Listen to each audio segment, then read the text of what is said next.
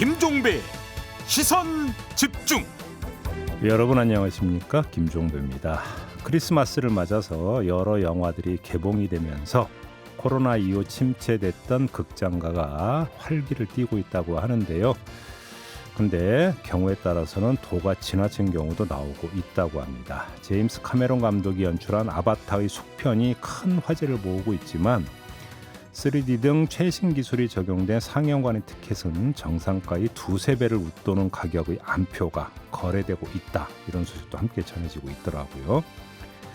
자, 김종배의 시선집중 토요일 코너 토닥토담에서는 이번 주말 동안 극장을 찾는 게 어려운 분들을 위해서 크리스마스 하면 떠오르는 작품들을 소개해드리고요. 그 속에 녹아있는 시대상에 대한 이야기도 함께 풀어가 보도록 하겠습니다. 12월 24일 토요일 김종배의 시선집중 광고 듣고 시작합니다.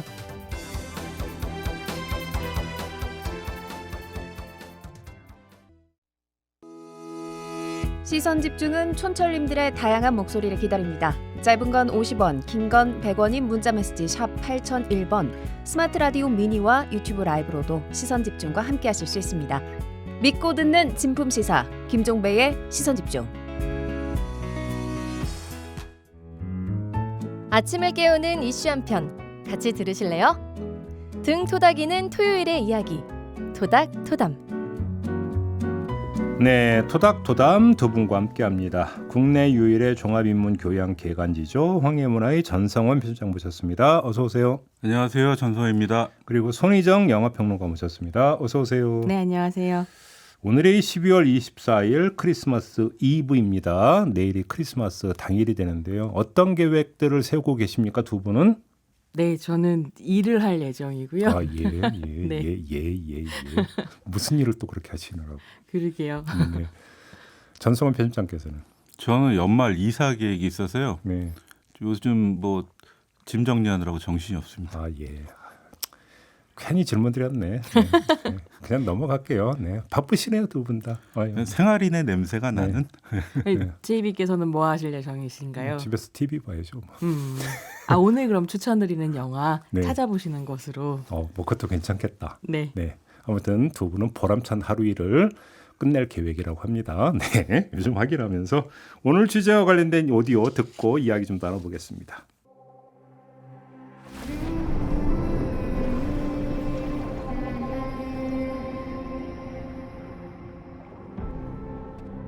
전 세계 역대 흥행 순위 1위의 아바타가 13년 만에 속편으로 돌아왔습니다.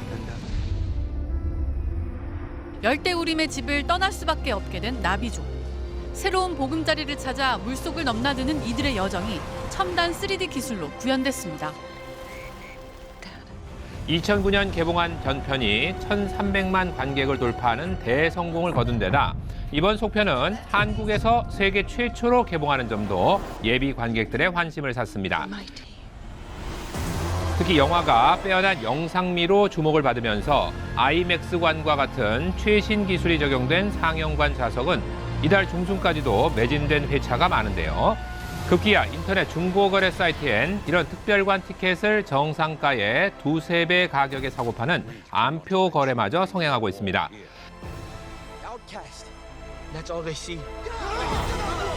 I see you.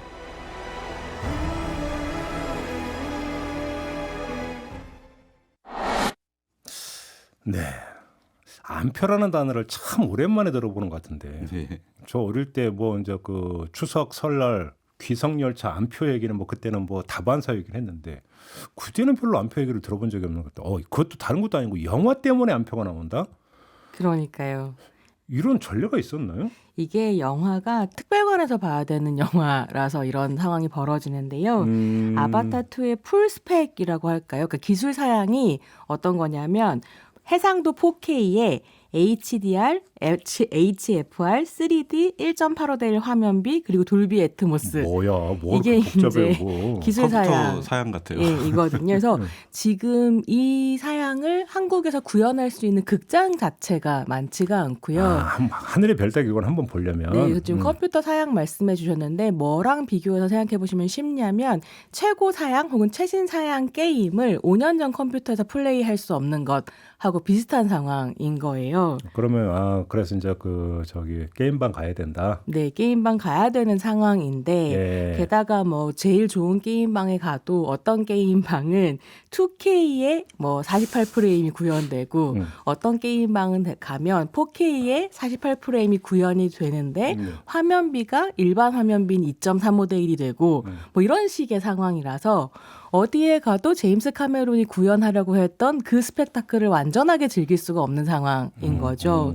그러다 보니까 전국에 이제 고를 만한 극장이 수도권에 한정되어 있거나 역시 수요와 네. 공급의 불일치에서 나오는 현상이다. 뭐 3-4개 관 정도밖에 안 되다 보니까 저도 사실은 아바타 티켓팅이 시작하자마자 이제 좀 기다렸다가 저는 아바타 보고 왔는데요. 역시 영화평론가는 뭐가 달라도 네, 전문가니까요. 봐야 되겠죠. 아무래도. 게다가 이제 특별관에서 재밌는지 봐야 이런 얘기는 되니까. 하지 마세요. 이 자리에서. 네, 재밌지 않습니다. 김 빠지니까 그런 얘기 하지 마시고. 네.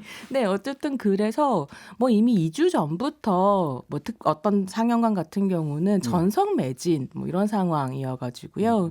그러니까 그래서 안표까지 나오는 상황이 벌어진 거죠. 저는 기억이 나는 게 아바타 그 원 나왔을 때 뭐 그때 이거 엄청난 센세이션이었거든요. 왜 그러냐면 3D 영화라고 해가지고. 네. 근데 그래서 이제 제가 이제 그 두 아들을 데리고 갔지 않습니까? 근데 자리가 없어갖고 맨 앞줄. 네. 극장 맨 거기를 이렇게 들어야 45도 각도로 뒤로 제껴서 들어야 그러니까 볼 수. 그러니까요. 그게 영화 경험이 또 즐겁지 않으셨을 거 아니에요. 아니 근데 제가 눈이 좀 이상한지 저는 입체감을 전혀 못 느꼈거든요. 그 영화를 좀 안경을 끼고도 봤는데 저는 입체감을 전혀 못 느끼고 오히려 머리만 아파갖고. 그게 맨 앞자리에서 보셔서 그런 부분이 있고 나중에 집에서 그러니까 딱 누워갖고 IPTV로 보니까 그게 또 편하고 더 좋던데. 이번에 영화 보고 오신 분들 중에서 그러니까는 뭐 최신 3D뿐만 아니라 4DX 뭐 이런 거 있잖아요. 맞춰줘서 하는 영화를 표를 어렵게 구해서 봤는데 나는 2D로 다시 봐야겠다. 머리가 아파서 못 보겠다.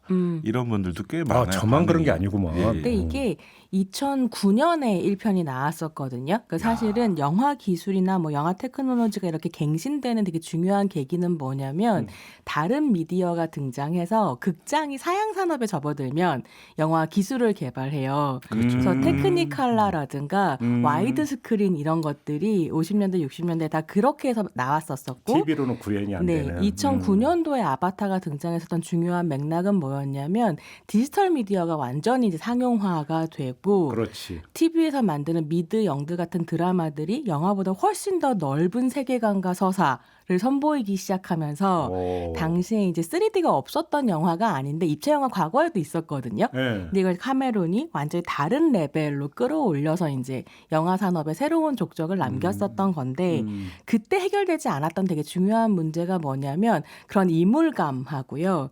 스크린 밝기거든요. 그러니까 3D 영화 보러 가시면 이렇게 뭐라 그럴까요? 어두운 안경을 쓰게 되어 있어요. 근데 그 어두운 안경을 써야 되기 때문에 밝기가 완전히 떨어지는 부분이 있었는데 이번에 이제 HDR이라는 새로운 기술을 가지고 오면서 밝기를 완전히 잡거든요. 그래서 훨씬 더 부드럽게 이제 즐기실 수 있는 상황이기는 합니다. 그거 뭐 손익분기점이 뭐 1조 얼마? 네.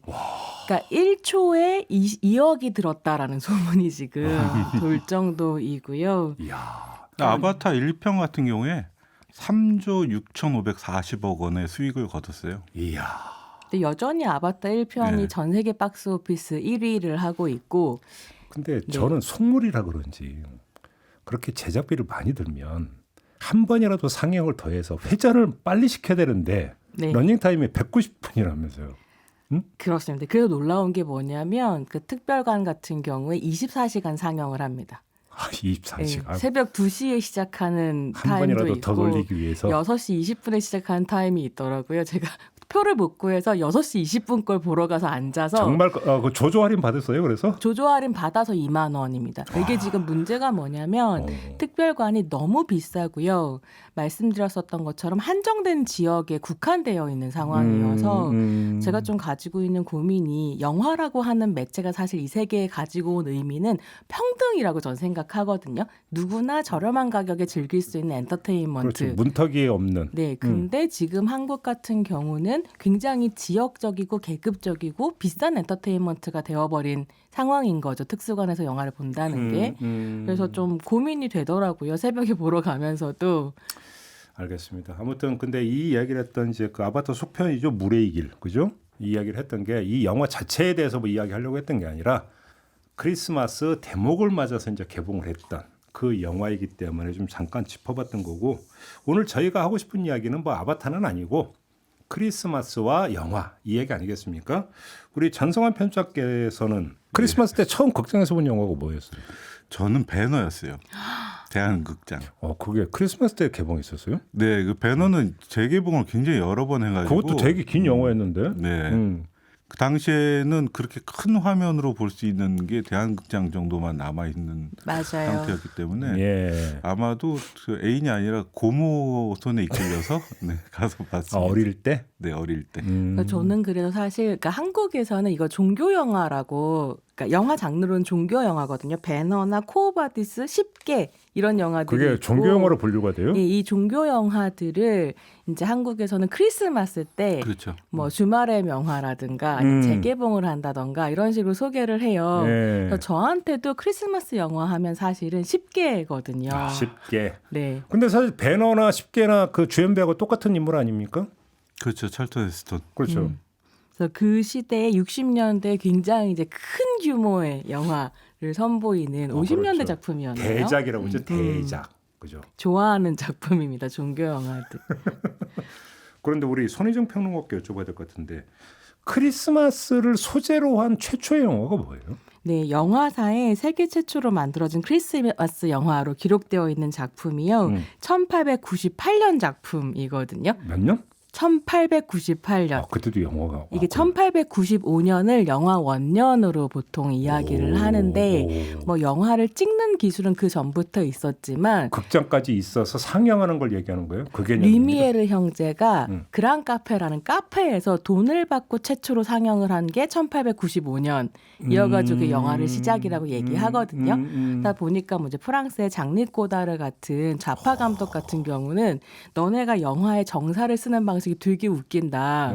돈 받고 판 순간부터가 영화의 시작이냐? 이렇게 비아냥거리기도 하고 그랬었어요. 근데 어쨌든 1898년에 영국인 감독인 조지 앨버트 스미스가 산타클로스라는 영화를 만들거든요. 영화 또 제목이 산타클로스예요? 네, 그래서 이게 굉장히 재미있는데 길이는 이제 당시에 영화 굉장히 짧게 만들었으니까요. 한 1분 20초 정도 되는 길이이고요. 1분 20초 영화를 돈 주고 들어가서 봤다고? 그럼요. 그때는 뭐 그래서 그 리미에르 형제가 상영했었던 최초의 영화 중에 한 편이 뭐냐면 기차역으로 들어오는 기차라는 작품이 있거든요. 근데 이 작품 같은 경우는 기차가 그냥 플랫폼으로 들어오는 걸 찍은 거예요. 그게 다예요? 예, 1분 정도인데 그걸 보고 사람들이 기차가 다가오니까 혼비박산해서 도망을 갔다. 나 그거 어디서 본 것 같은데 그 장면은? 굉장히 유명한 이야기입니다. 근데 이제 그때 그 이야기를 할 때 보통 사람들은 그러니까 당시의 사람들이 영화 예술을 몰라서 화면으로 기차가 뚫고 나오는지 착각하고 놀랐다라는 식으로 설명을 했었는데 그렇게 놓고 보니까 원조 3D 영화는 그거네. 네, 그런 거죠. 그래서 나중에 3D 영화가 나왔을 때 사람들이 3D 영화를 보면서 하고 뒤로 물러날 때 딱 그 입체감. 그걸 보는 순간 그때 당시 사람들도 이 기차가 스크린을 뚫고 나올 거라고 생각해서 놀란 게 아니라 그 입체감 때문에 즐거웠었던 거다 이렇게 그렇죠. 얘기하거든요. 그렇죠. 뛰쳐나온다는 어떤 그 입체감 시각적 체험이라는 게 네. 이게 흑백 영화였잖아요. 그럼에도 불구하고 마치 칼라로 느끼는 거예요. 우리가 영국에서 맞아요. 무대에서 뭘 할 때 실화라고 느끼는 것처럼. 그렇습니다. 근데 이 작품이 굉장히 재미있는 게 내용은 간단해요. 아이들이 이제 침대에 이렇게 들어가서 누우면 산타가 굴뚝을 타고 내려와서 양말에 선물을 넣어준다. 1분 20초 동안 펼쳐지는데요. 기승전결이 너무 분명하고요. 게다가 이 작품이 되게 놀라운 건 당시로서는 잘 쓰지 않았던 이중 노출 방법을 사용해서 한쪽에는 아이들의 침대가 있고 한쪽에는 굴뚝이 지금 CG처럼 붙어 있는 거예요. 화면에. 그 굴뚝을 산타가 타고 내려오는 장면을 보여주거든요. 저도 굉장히 환타지한 거죠. 저도 이 영화를 너튜브로 해서 봤는데 재밌더라고요. 그 짧은 쇼츠인데 거기에서 보면 갑자기 산타가 딱 나타났다가 뿅 하고 사라지잖아요. 그런 장면도 있고 아이들이 엄청 기뻐하는데 이게 산타클로스가 그러니까 이 영화가 처음 만들어지고 그 이듬해에 또 만들어져요. 그러니까 이 산타클로스와 크리스마스와 관련된 영화들 최초 영화 이후에 어떤 영화들이 만들어졌는가 보니까 거의 해마다 만들어져서 계속 지금까지 이어지고 있는 거더라고요. 그래요?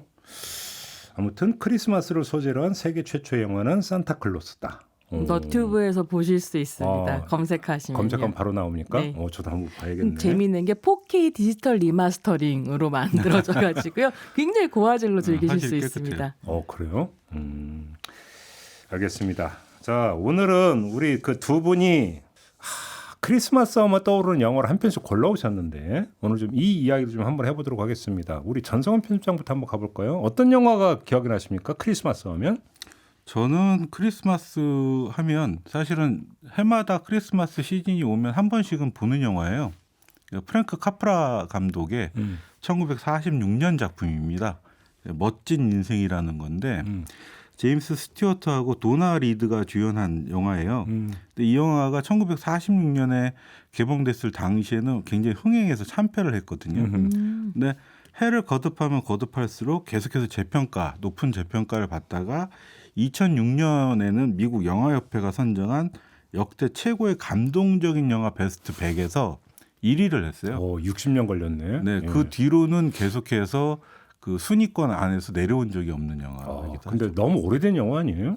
근데 요새는 제가 우리가 1890 몇 년이었지 아까 그 영화가 그런 영화들도 너튜브나 아니면 OTT나 DVD를 통해서도 볼 수 있기 때문에 이 멋진 인생 같은 경우에도 구해서 보시려면 그렇게 어려운 영화는 아닙니다. 근데 왜 이 영화가 그렇게 이제 그 기억에 많이 남는 거예요?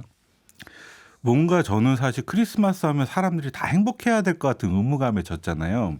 예. 혼자 있으면 뭔가 좀 인생 잘못 산다는 느낌이 있고 약간 내가 말이죠. 패자 같기도 하고. 근데 저는 실제로 그런 경험들 많이 했어요. 그러니까 저한테 크리스마스는 즐거운 기억이 거의 없었던 날이었거든요. 저거 비슷하구나. 네, 유달리 우울한. 그렇지. 네. 예. 그래서 실제로 제 개인적 경험을 약간 말씀을 드리면 1979년 12월 24일에 제 아버님이 돌아가셨고, 네. 그다음에 1987년 12월 24일에는 뭔가 중요한 이벤트 사건을 제가 저질러 버렸다가 실패하고, 네. 도망다니기 시작한 그때도 대통령 선거 직후였죠. 네. 예. 그렇기 때문에 그 이후로도 꽤 오랫동안 크리스마스가 우울했어요. 혼자 보내야 했고. 네. 그러니까 이 작품 같은 경우에는 어떻게 보면, 그러니까 자기의 꿈을 가족을 위해서 다 희생하고 포기했던 한 명의 남성이, 가장이 정말 내 인생 실패야라고 죽으려고 하다가 내가 태어나지 않았으면 좋겠어라고 얘기를 막 하며 죽으려고 하니까 그의 수호천사가 내려와서 그가 없는 세계가 얼마나 말하자면 비극적이고 슬픈 세계인지를 보여주는. 근데 왜 수호천사가 어때요? 할아버지니까 모르겠어.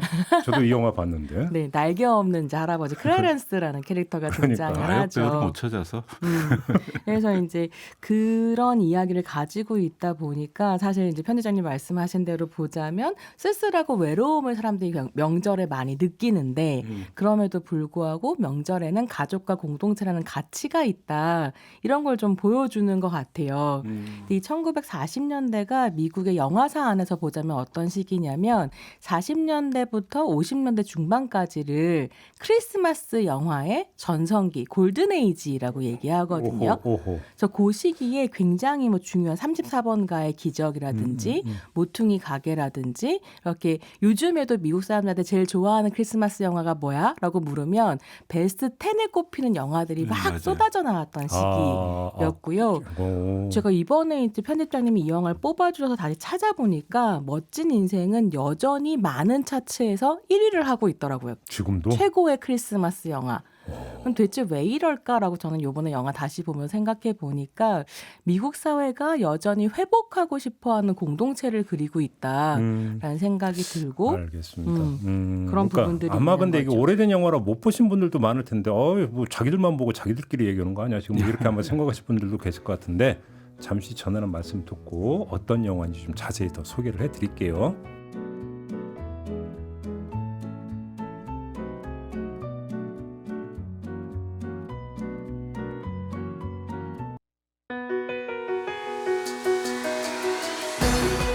함께 가야 할 길을 묻습니다. 김종배의 시선 집중. 네, 김종배의 시선 집중 토요일 코너죠. 토닥토담 함께하고 계시는데요. 손희정 영화평론가, 전성원 황희문화 편집장 두 분과 함께하고 있습니다. 오늘은 크리스마스 영화에 대해서 이야기 나누고 있는데요. 조금 전에 전성원 편집장께서 내 인생의 크리스마스 영화로 1946년에 나온 멋진 인생을 골라주셨는데 잠깐 좀 스토리를 좀 소개를 해주시죠. 어떤 영화인지. 예, 간단하게 줄거리 좀 말씀드리면 미국의 한 작은 마을 베드포드 폴스라는 곳에서 태어난 주인공 조지 베일리, 그러니까 제임스 스튜어트인데요. 이 친구는 어려서부터 모험을 굉장히 좋아하는 소년이었어요. 그러다가 그 빙판에서 놀다가 동생이 이제 그 빙판에 빠지니까 그 아이를 구하다가 자기 한쪽 귀가 멀기도 하고, 그리고 아버지는 이제 마을 사람들을 위해서 마을 사람들이 주택을 가질 수 있도록 그러니까 일종의 사회적 기업 활동을 하는 거죠. 협동조합 운동을 하시는 분이었는데 그 마을에는 포터라고 하는 거대 독점 자본가가 있었습니다. 그 사람은 아버지 때부터 이 사회적 협동조합을 무너뜨리고 자기가 이 마을에 모든 걸 독점하기 위해서 굉장히 음모도 꾸미고 하여튼 악덕 자본가였어요. 그러다가 이제 아버지가 갑자기 사망하게 되니까 이 베일리가 자기가 떠나고 싶었던 여행을 떠나지 못하고 결국엔 아버지의 협동조합을 물려받게 되는데 이 협동조합과 이 베일리를 위기에 빠뜨리게 되는 사건이 발생합니다. 그래서 베일리가 이렇게 마을 사람들과 가족을 위해서 헌신했지만 결국에 절망에 빠지게 되고 스스로 이제 그 목숨을 끊을 생각까지도 하게 될 정도의 위기에 빠지는데 그때 온 마을 사람들이 이 베일리를 위해서 기도를 해요. 그러니까 아까 말씀하셨던 하늘에서 천사 클라렌스라고 나고 천사가 내려와서 베일리와 함께 이 위기를 극복해 나가는 과정을 다루고 있습니다. 그렇죠. 그리고 이제 마을 주민들이 십시일반으로 돕고. 네. 그러니까 영화 멋진 인생이라는 게 딱 그러니까 내 인생은 헛산 게 아니구나. 정말 멋지게 살아서 이렇게 또 그러니까 뭐냐면 사람들이 호응해 주는거나 뭐 이런 걸로 이제 이해를 하면 될 것 같은데.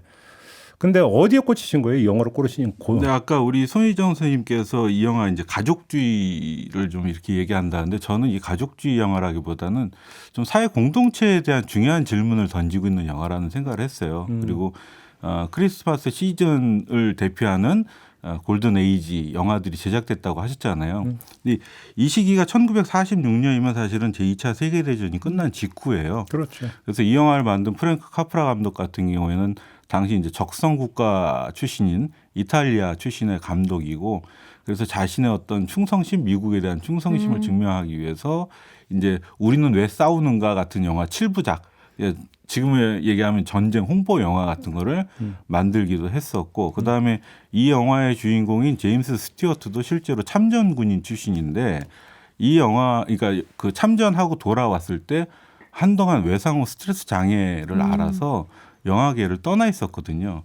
그리고 더욱 중요한 것은 이 영화가 제작되던 시기에 미국의 자본주의가 굉장히 극단적으로 이제 변질되었다고 할까요? 그런 시기였어요. 전쟁을 거치면서 그 이전까지 미국 경제를 뒷받침해 주던 중소기업이 완전히 몰락을 하고 우리가 알고 있는 군산복합체라고 하는 그 기업들이 미국 사회를 지배하는 형태가 되거든요. 그러니까 프랭크 카프라 감독이 이 영화에서 다루고자 하는 건 단순한 과거의 회고가 아니라 우리가 이런 현실하고 맞서서 극복하기 위해서 어떤 태도가 필요한가라는 제안을 하고 있는 영화로 저는 봤거든요. 그러니까 그런 점에서 이제 공동체주의가 담겨 있고 사실 미국 하면은 연원을 따지고 들어가면 이른바 타운 문화라는 게 있다고 이제 그러잖아요. 그렇죠. 미국에 있어서 이제 그 타운 문화라고 하는 것들이 깔고 있는 것이 결국 이제 공동체 문화니까 그런 것들이 잘 녹아 있고 잘 표현된 영화다 이렇게 봐도 되긴 될 것 같네요. 네, 맞습니다. 그 공동체 안에서 한 명 한 명 구성원의 가치와 의미가 무엇인가를 또 좀 생각하게 해주지 않나 싶기도 하고요. 그러고 보니까 크리스마스 정신하고도 딱 맞아 떨어지네요. 네. 이 영화에서 정말 좋아했었던 대사가 그 날개 없는 천사인 클라란스가 그런 얘기를 하는데 한 사람의 인생이 이렇게 많은 사람들에게 영향을 주다니 한 사람만 없어도 이렇게 끔찍한 구멍이 남는군요. 그런 이야기 하거든요. 근데 이게 되게 또 크리스마스의 마음 아닌가 그렇죠. 싶기도 했습니다. 네, 그리고 이제 첫사랑이 실현됐다는 점도 좀 있고. 네. 아주 멋진 점. 되게 제이비께서는 의외로 연애, 사랑, 로맨스, 낭만 이런 거 좋아하시는 것 같아요. 사람들이 저를 오해하는데 제가 되게 낭만적인 사람이에요. 왜 그러세요 도대체? 왜들 저에 대해서 이렇게 이상한 그 관념을 갖고 계시는지 모르겠어요. 넘어가겠습니다. 우리 이번에는 손희정 평론가께서 고르신 영화는 어떤 겁니까? 네, 저는 그렘린을 꼽았는데요. 네? 그렘린요? 네, 편집장님이 꼽으신 것에 비해서 참 이게 공포 영화기도 하고 코미디 영화기도 해서 그 뭐 이상한 뭐라고 괴물이라고 해야 됩니까? 뭐라고 해야 됩니까? 그거 나오는 영화 아니에요? 네, 그렘린이랑 괴물이 나오는 그러니까, 영화인데요. 예. 이게 제 인생 첫 극장 크리스마스 영화입니다. 인생 첫 영화 자체는 아니 E.T.였는데 크리스마스 국장관 왜 이 영화를 골라서 봐요? 근데 누가 그런 얘기 하더라고요. 크리스마스에 케빈이 아니라 기즈모가 먼저 떠오르면 어른이라는 뜻이에요. 네, 제가 어른입니다. 그러니까 이 영화 같은 경우에 84년에 이제 미국에서 개봉을 했었던 작품인데요. 한국에 당시 직배가 아니었으니까요. 1985년 12월 14일 즈음에 이제 개봉을 했었고요. 스티븐 스필버그가 제작을 했고 나홀로 지배와 해리포터 1편을 연출한 걸로 매우 유명한 크리스 콜럼버스가 각본을 썼습니다. 그리고 뭐 시기너 피라냐, 이너스페이스 같은 SF 혹은 호러 영화를 만들었던 조단테 감독 작품이고요. 한국에서는 PBK츠가 주연을 하면서 또 당시에 하이틴 스타로서 책받침 요정. 책받침 여신 그쵸, 책받침. 3대 여신 중에 한 명. 책받침을 아는 분들과 방송을 한다니 굉장히 생경한데요. 네. 네, 영화의 줄거리 자체를 좀 살펴보자면 크리스마스 이브에 벌어지는 일을 다루고 있어요. 그래서 크리스마스 영화이기도 한데요. 영화는 주인공인 빌리가 20대 초반의 이제 남성인데 발명가인 아버지에게 모가이라는 기이한 동물을 크리스마스 선물로 받으면서 시작을 합니다. 이 모가이에게 기즈모라는 이름을 붙여주고 막 귀여워하는데 모가이라는 동물을 키우기 위해서는 꼭 조심해야 되는 3가지가 있습니다. 뭐냐면 밝은 빛을 보게 하면 안 되고 너무 싫어하고 괴로워하기 때문에 물을 묻히면 안 되고 왜냐면 물이 묻으면 재생산을 하거든요, 얘가. 그래서 물을 묻히면 안 되고 3번째가 제일 중요한데 자정 이후에 먹을 것을 주면 안 된다입니다. 왜냐하면 먹을 것을 먹고 나면 이 모가이가 그렘린이라고 하는 끔찍한 초록 괴물로 변태하기 때문인 거죠. 근데 이제 영화가 되려면 이 3가지가 다 일어나야 되겠잖아요. 그렇죠. 그래서 빌리가 이제 기즈모를 제대로 못 관리해서 못 보살펴서 기즈모에게 물을 쏟게 되고 여러 마리의 모가이가 태어나고 얘네들이 먹을 걸 먹고 괴물이 되어 한 마을을 쑥대밭으로 만든다가 이제 영화의 줄거리입니다. 근데 왜 크리스마스에 굳이 이 영화를 골라서 지금 말씀해 주시는 거예요? 뭐 정성원 편집장께서도 크리스마스가 꼭 그렇게 모두에게 즐거운 시기가 아니다라는 이야기를 해주셨었는데요. 네. 저도 사실은 크리스마스를 막 다 같이 즐기고 찬양하는 이 분위기가 제 생각에 제 성정에 잘 맞지 않는 것 같고 삐딱해요. 네, 크리스마스 이브에는 여러 가지 크리스마스 싫은 사람도 있을 수 있고 있을 이브가 수 꼭 있죠. 즐거운 시기가 아닐 수도 있다 이런 생각을 하면서 이제 이 영화를 뽑았는데 사실 저한테 이 영화에서 가장 기억에 남는 장면은 뭐냐면 PBK츠가 주연을 했었던 케이트라는 여성 캐릭터가 있는데 이 친구가 굉장히 크리스마스를 싫어해요. 그리고 이제 그 그렘린들이 마을을 초토화하고 나니까 그치 크리스마스 이브가 이런 거지 나한테 좋은 일이 생길 리가 없어 라고 하면서 무슨 얘기를 하냐면 자기 아버지가 이제 크리스마스 이브에 돌아가셨다 이런 얘기 하거든요. 그래서 가족들을 깜짝 놀라게 해주려고 이제 굴뚝을 타고 내려오다가 돌아가셨다라고 하는 굉장히 이제 끔찍하면서도 기이한 상상력이 등장하는 영화인데 어렸을 때 그 대사를 들은 게 그게 뭐 한 20몇 년 전? 30몇 년 전일 텐데 그렇잖아요. 잊혀지지가 않는 거죠. 그래서 저는 크리스마스 영화 하면 쉽게 아니면 그렘린이었습니다. 그러니까 크리스마스를 계속 주변을 돌아봐라. 이웃을 살펴봐라. 네. 뭐 이런 취지로 이해를 하면 되는 걸까요? 소외된 사람들에게 관심을 기울이고 이런 것들이 좀 필요하지 않을까 하는 이상하게 굉장히 교훈적인 메시지로 가긴 하는데요.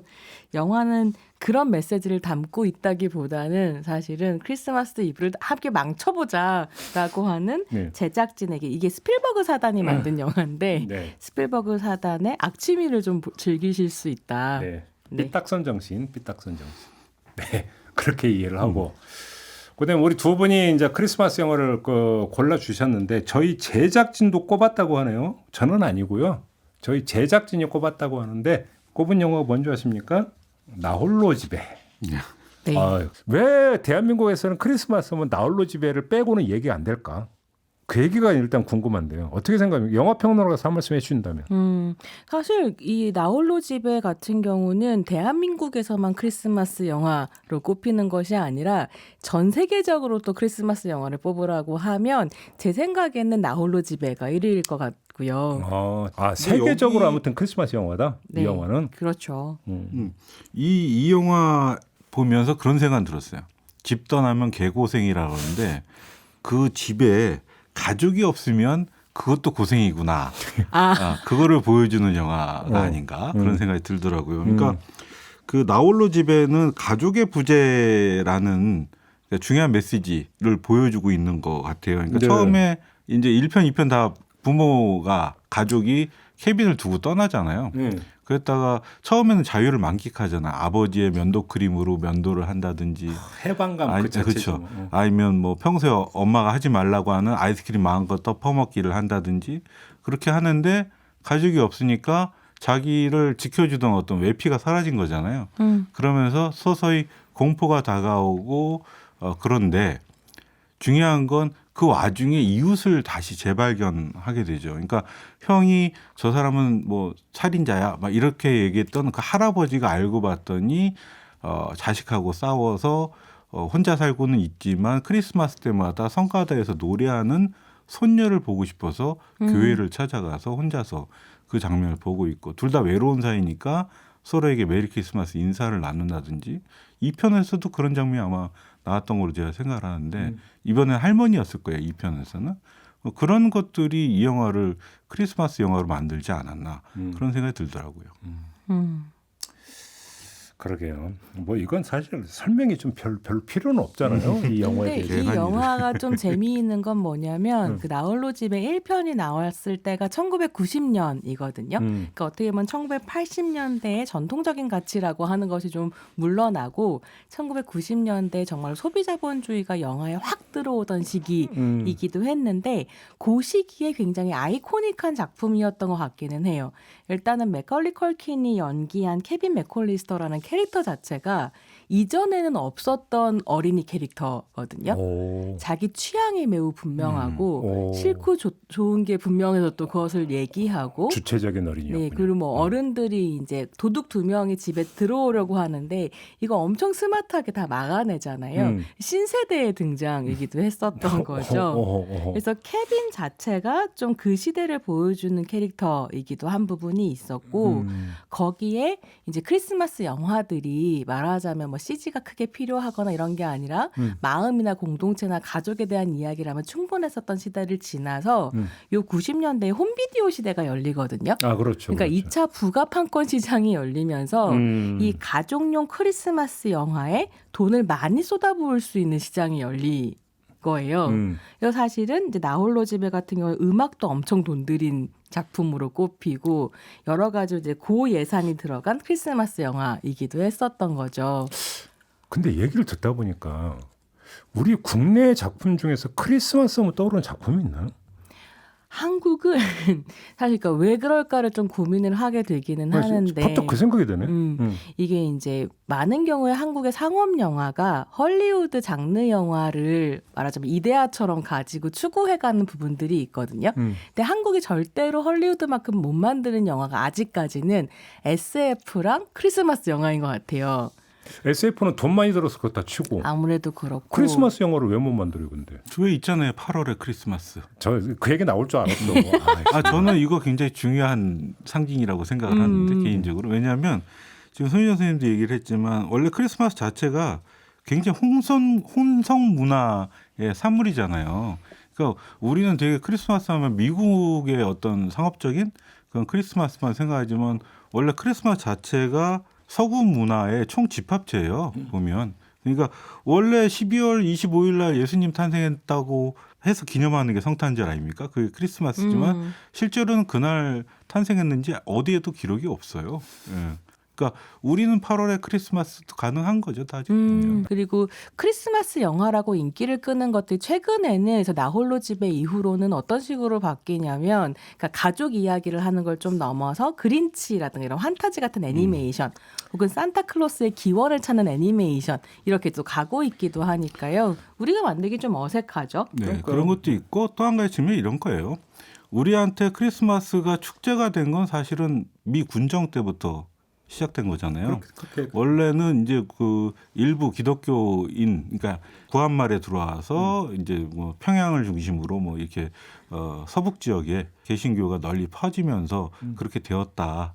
그렇다고 해서 이거를 국가나 사회적으로 기념하는 행사는 사실 아니었거든요. 근데 이게 우리한테 왔을 때 그와 같은 어떤 그 종교적인 메시지나 어떤 서구 문화적인 차원에서 들어왔다기보다는 미군 중심의 소비 문화, 그다음에 여기에 굉장히 중요하게 작동한 것이 크리스마스에만 야간 통행 금지가 해제됐었거든요. 네, 기억나시죠? 아니, 저 기억 안 나는데.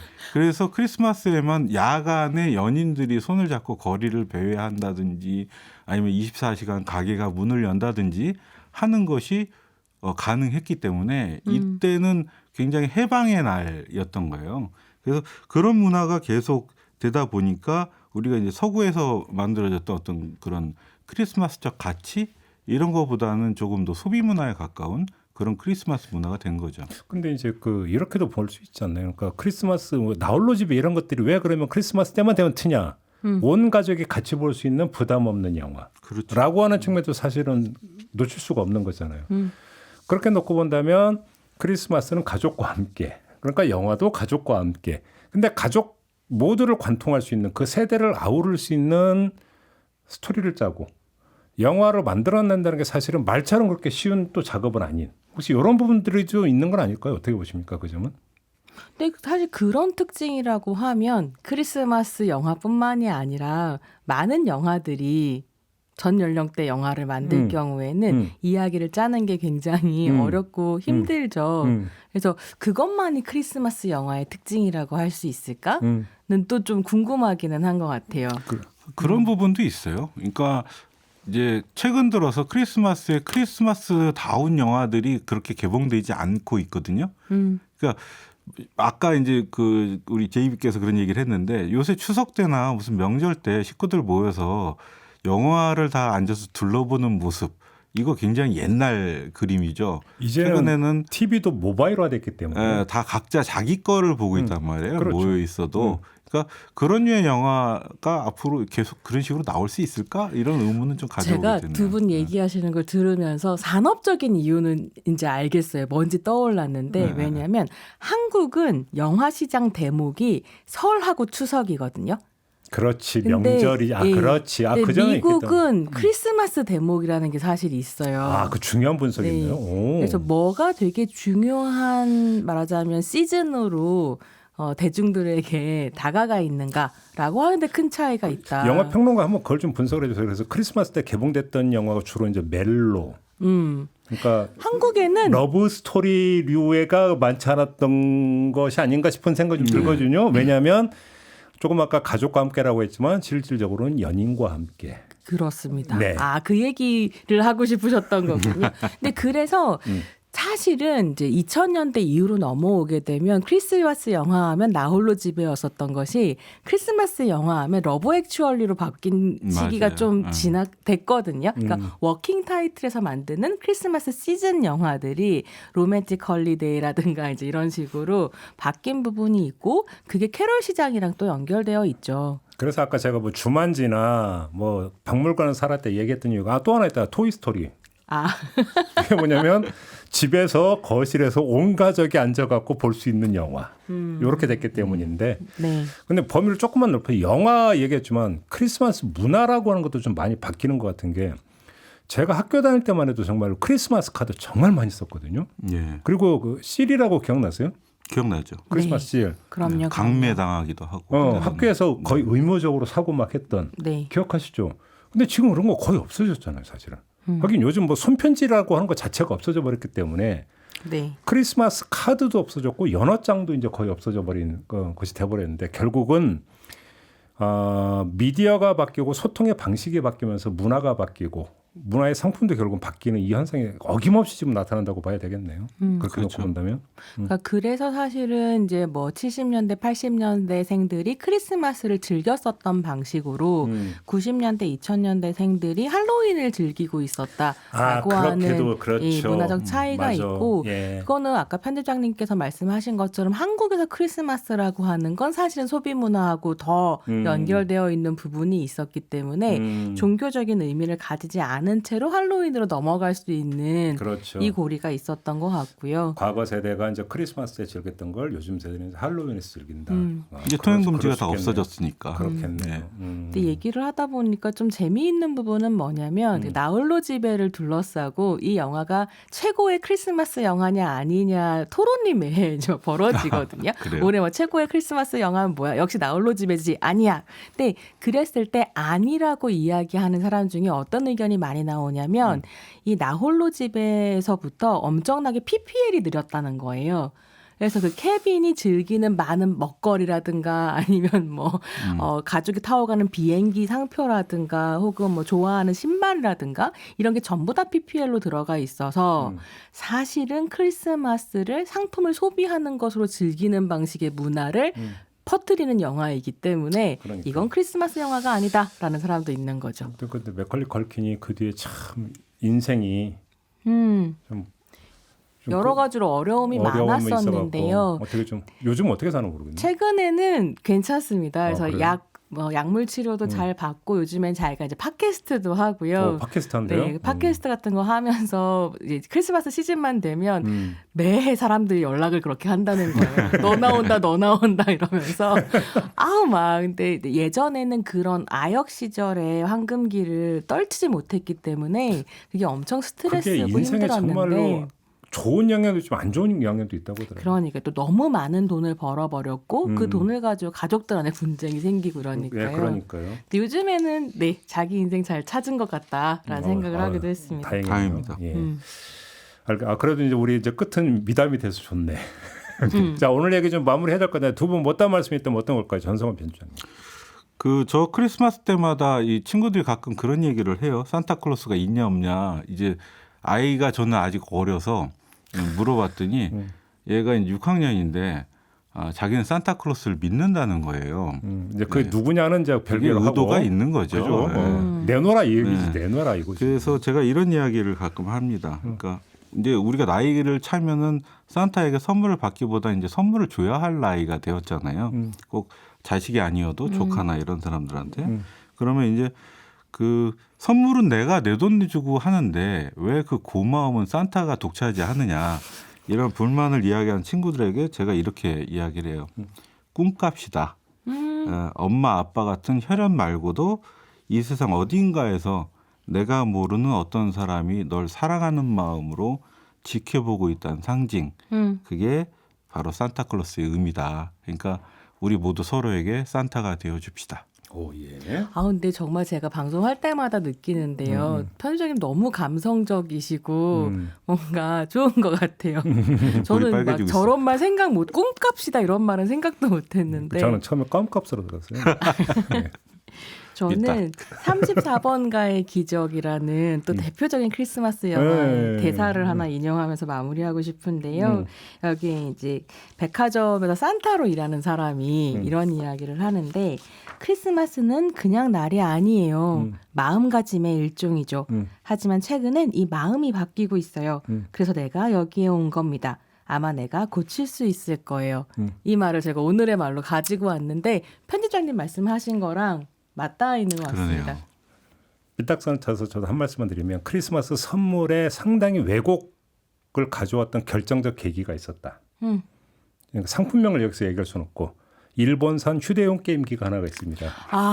이게 나오면서 크리스마스 선물의 가격이 왕창 뛰었던 경험들을 지금 이 방송을 듣고 계신 분들은 다 쓰라린 기억을 갖고 있을 했습니다. 거라고 생각을 합니다. 이러지는 맙시다. 마음이다. 말씀을 드리면서 오늘 이야기는 마무리하도록 하겠습니다. 두 분 수고하셨습니다. 네, 고맙습니다. 네, 김종배의 시선집중 오늘 준비한 이야기는 여기까지고요. 저는 물러가겠습니다. 여러분 화목하고 평안한 크리스마스 보내시기 바라면서 저는 다음 주 월요일 아침에 다시 인사드리겠습니다. 고맙습니다.